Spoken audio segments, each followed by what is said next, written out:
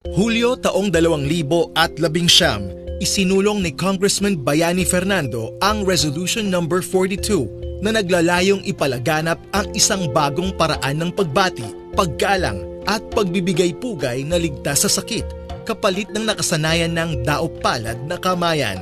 Matagal nang napatunayan ng siyensya sa medisina na ang tradisyonal na pakikipagkamayan ay maaaring makapagsalin ng mga nakahahawang sakit, kaya't dapat na itong maalis at palitan.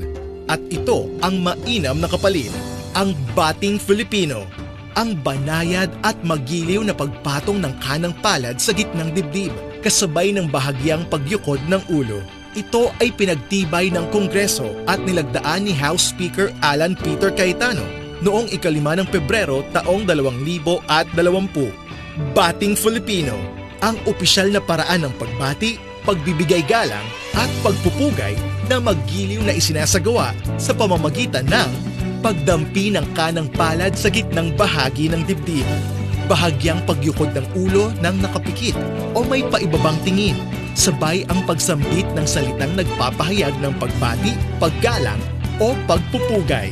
Pagkaraan nito'y marahang iangat ang ulo ng nakangiti at ituon ang tingin sa mga mata ng taong binabati. Hinihikayat ang lahat na palaganapin ang Bating Filipino.